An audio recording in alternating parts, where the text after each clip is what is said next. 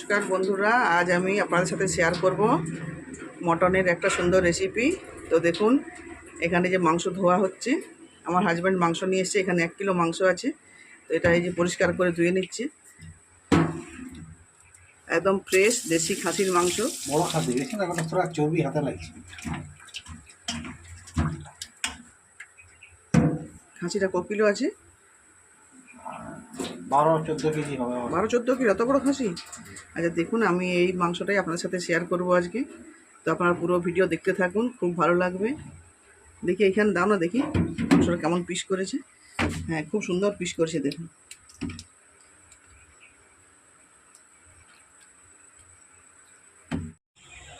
তো বন্ধুরা দেখুন, এই যে এখানে মাংসটাতে আমি লবণ, হলুদ আর তেল মাখিয়ে রেখে দিয়েছিলাম 1 থেকে 1.5 ঘন্টা মতো। তারপর এটাকে আমি এখন প্রেসার কুকারে সিটি দিয়ে দিচ্ছি। তো সিটি দেবো মাত্র আমি 2টো। তো দেখুন, প্রেসার কুকারে দিয়ে দিয়েছি মটনটাকে। তো এখন এটা ঢাকনা লাগিয়ে আমি 2টো সিটি দিয়ে রেখে দিচ্ছি।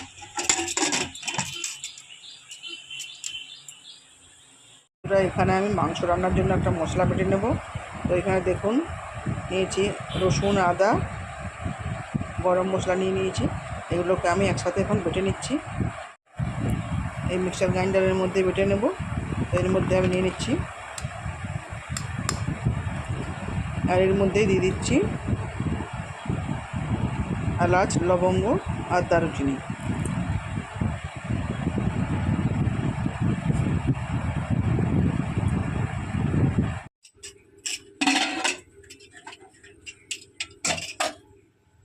দেখি সেদ্ধ হয়েছে নাকি।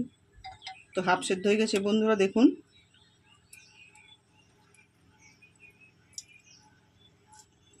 হাফ সেদ্ধ হয়ে গেছে। কড়াইতে তেল দিয়ে দিচ্ছি। হয়ে গেছে দেখুন। তাই প্রথমে দিচ্ছি চিনি, এবার ফোড়নে দিয়ে দিচ্ছি একটা শুকনো লঙ্কা, 2টো তেজপাতা। ফোড়নে দিয়ে দিয়েছি 2টো তেজপাতা, একটা শুকনো লঙ্কা, কয়েকটা জিরে। তো ফোড়নটা ভাজা হয়ে গেছে। এখন এর মধ্যে দিচ্ছি কেটে রাখা পেঁয়াজ,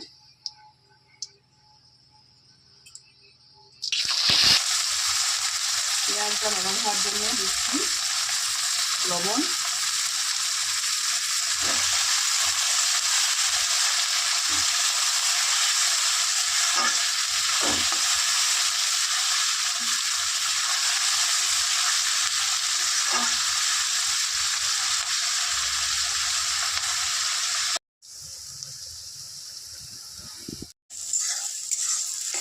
তো পেঁয়াজটা ভাজা হয়ে গেছে। এখন এর মধ্যে দিচ্ছি বেটে রাখা আদা, রসুন আর লবঙ্গ, এলাচ, দারচিনি।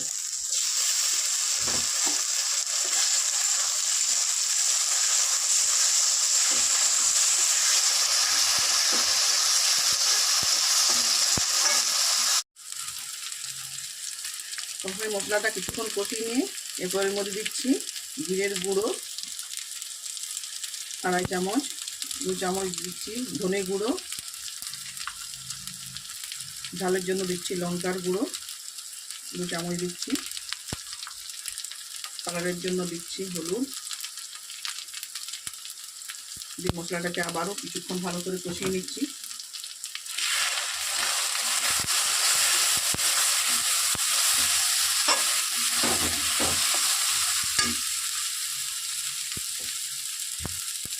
বেটে রাখা মশলার জল দিয়ে দিলাম,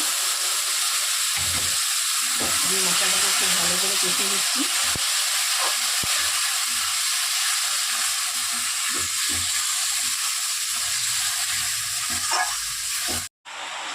তো মশলাটা কষানো হয়ে গেছে।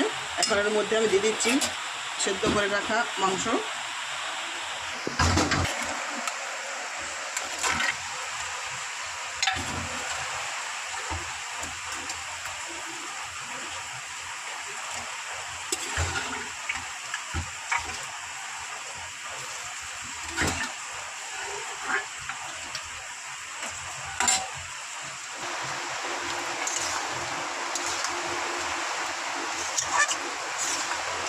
তো মটনটা দিয়ে খুব ভালো করে এটাকে কষিয়ে নেবো এখন।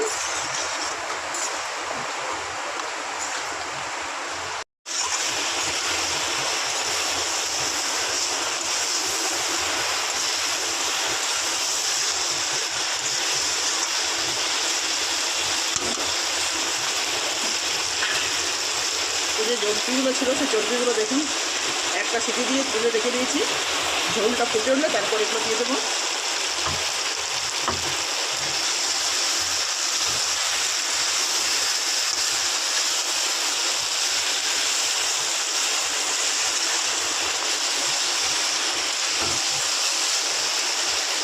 কষানো হয়ে দেবো।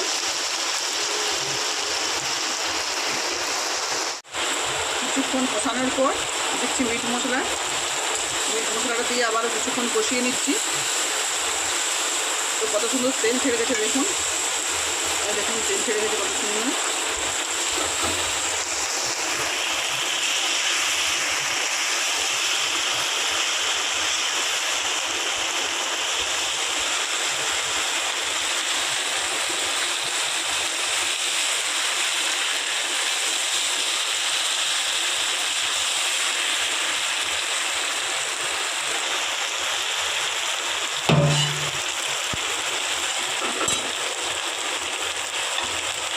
মাংস সেদ্ধ করার সময় যে স্টুটা বেরিয়েছে সেটা এখন এর মধ্যে দিয়ে দিচ্ছি।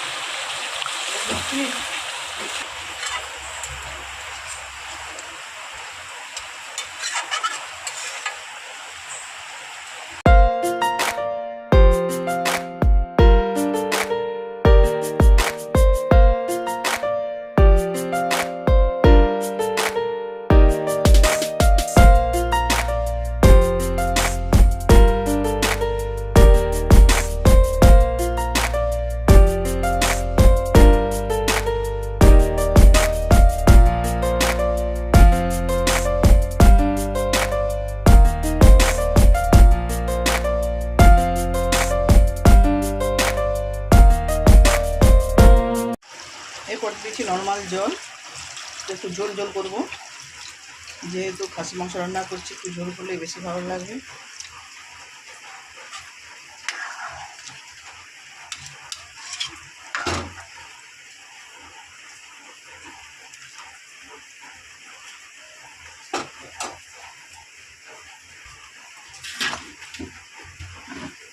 এরপর এর মধ্যে দিয়ে দিচ্ছি সেদ্ধ করে ভেজে রাখা আলু।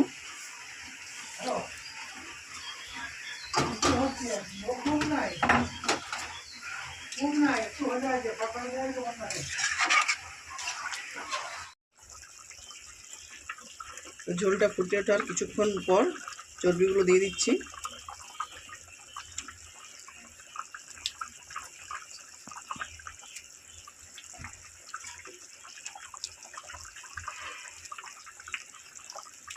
আর 5 মিনিট মতো ফুটিয়ে নেব, দিলেই হয়ে যাবে।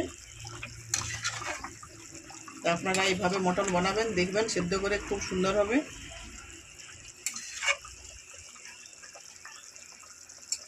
তো রান্নাটা হয়ে গেছে। তো আপনার যদি আমার এই রেসিপি ভালো লাগে তো আপনারা অবশ্যই একবার রান্না করে দেখবেন।